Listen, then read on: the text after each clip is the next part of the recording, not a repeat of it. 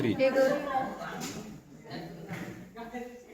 मी साईप्रकाश विद्यालयातील विद्यार्थिनी आहे. मी इयत्ता 9वीमध्ये शिकत आहे.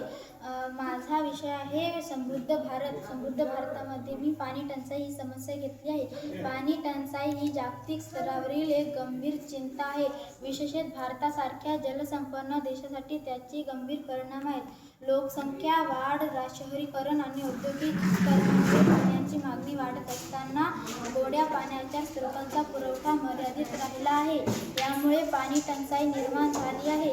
जिथे उपलब्ध जलस्रोत लोकसंख्येच्या गरजा पूर्ण करू शकत नाहीत. शेती व मोठ्या प्रमाणात अवलंबून असलेल्या भारतात संकटाचे दूरगामी परिणाम आहेत. भारतातील पाण्याच्या टंचाईचे कारणे.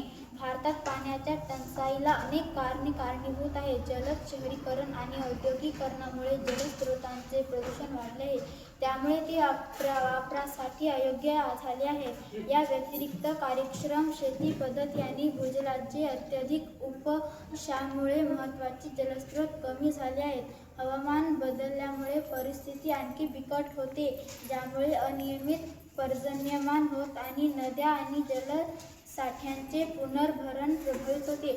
खराब पाणी व्यवस्थापन आणि योग्य पायाभूत सुविधांचा अभाव देखील संकट वाढविण्यासाठी महत्त्वपूर्ण भूमिका बजावते. उपाय: पावसाचे पाणी साठवणे, रेन हार्वेस्टिंग, झाडे लावणे व जलसंवर्धन, पाण्याचा काटकसरीने वापर, शेतीत आधुनिक पद्धती वापरणे, जलसंधारण प्रकल्प, पाणी पुनर्वापर व शुद्धीकरण करणे, जनजागृती हे उपाय आहेत. घरांच्या छतावर पडणारे पावसाचे पाणी साठवून ते विहिरीत किंवा टाक्यांमध्ये साठवता येते. हे पाणी भूजल स्तर वाढवते आणि पाण्यातील टंचाई कमी करते. झाडे लावणे व जंगल संवर्धन. झाडांमुळे जमिनीत पाणी झिरपते आणि भूजल वाढते. वनीकरण केल्याने पाऊस नियमित पडण्यास मदत होते.